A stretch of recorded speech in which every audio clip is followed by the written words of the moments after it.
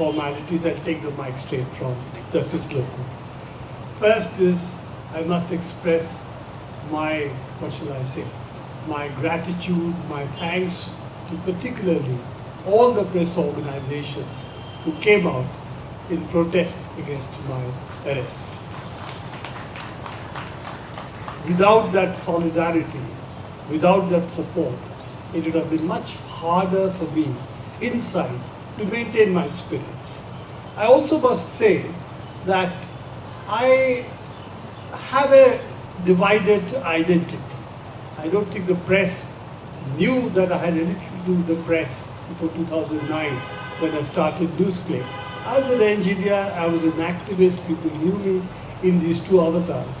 And I had started NewsClick basically with the idea that somebody's phone is ringing, I think it's mine. I'm sorry.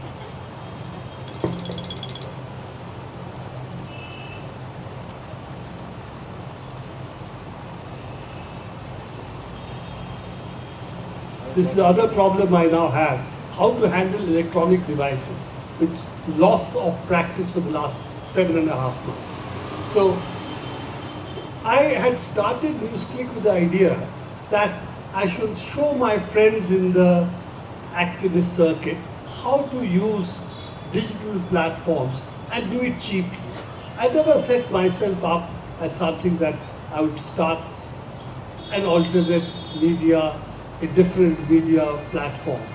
But what happened is slowly that became my primary work. So this is the transformation marked by, I guess, my arrest, when I was arrested for NewsClick's activities and I spent 7.5 months inside. I must also say that the conditions under which I have gone to jail for the second time, the first time was during Mrs. Gandhi's emergency. A lot of people here would not have been born at that time. That explains how old I am. That experience and this experience are in some senses similar, some senses very different. One is, at that time, you had to pull the plug of the printing presses and the media had to fall silent. There was no alternate television channels, radio channels. They were all government at that point of time. And the only ones which could give a different point of view was really the news print media. There was censorship which was imposed at that point of time, even leaving blank columns, editorial columns, were disallowed. So that was one kind of controlling of news. But after 19 months, as we know, Mrs. Gandhi did declare elections and she wanted to test whether people accepted her or not. And she finally, people said no and she went. That was one transition we saw, and a rebirth in that sense of the democratic spirits of the people. And also belief that the Indian people knew how to discipline the leaders. And let's not forget, it is that confidence that they voted for Mrs. Gandhi again. And she didn't impose emergency again after that. So that confidence of the people, they can display, they can control their leaders, they know how to change the leaders. I think that is the essence of how democracy survives. Democracy doesn't survive only because of courts, only because of the press. It really survives because people believe in it. And people are willing to act for it in small ways and in big ways. And I think that is the spirit with which we are seeing the rebirth of resistance of different kinds coming out today. The press, yes, media has a major role to play. But the media is not just simply the business houses. Business houses run big media. As one of the owners of one of these media houses said, we are not in the news business. We are in the business of advertisements. So I think we know what big media is all about. But it is the journalist at the ground level, it is different kinds of journalists now using different kind of platforms, which today keeps up the spirit that people need to know what is happening. And if people need to know what is happening, then they have the ability and the acumen to change the leaders.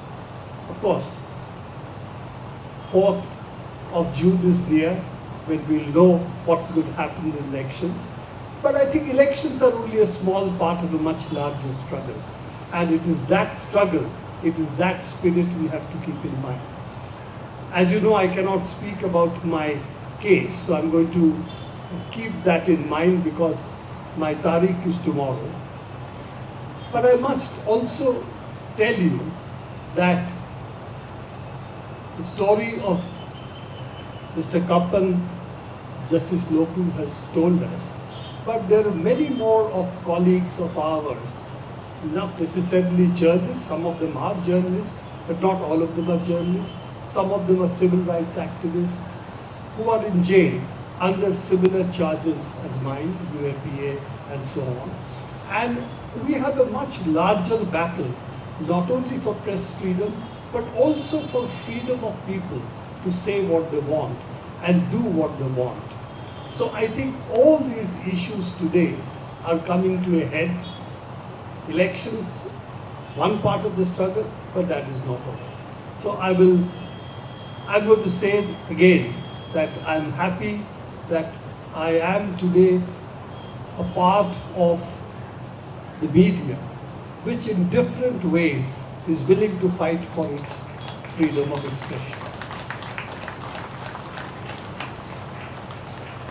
The freedom to inform the people of what's happening in the country. I think I'm proud to be associated with all of you in that. I also would like to express my solidarity to all those who are inside, who have not yet been released, who have been in jail. For instance, the civil rights activist from Kashmir, Khurram Parvez, was in the same jail, Rohini jail as me. Irfan Mehraz, also again in the same jail as me, so who is a journalist. So all these people, and these are only 2 names I'm taking, there are many, many more. We have Kashmir really under a mass-scale gagging of the media over there. We have the sense of fear that seems to pervade journalists today because you do not know what action can be taken against him or her, or also of, as you said, as Justice Loku just said, not just losing your job, but losing the fundamentals of your profession. In another age, it would have been the pen. In today's age, it's a phone and the computer. So I think all of this, and let's not forget the camera either. So if you take all this into account, yes, we are passing through what the Chinese say, interesting times. When you live in interesting times, is supposed to be a curse. So we are today living in interesting times. And I think that means that all of us have a responsibility to see that democracy, democratic spirits, and justice are preserved in this country. I thank you, all of you again who are here, and all those people who have participated in the various protests that have taken place in the action against newsclick.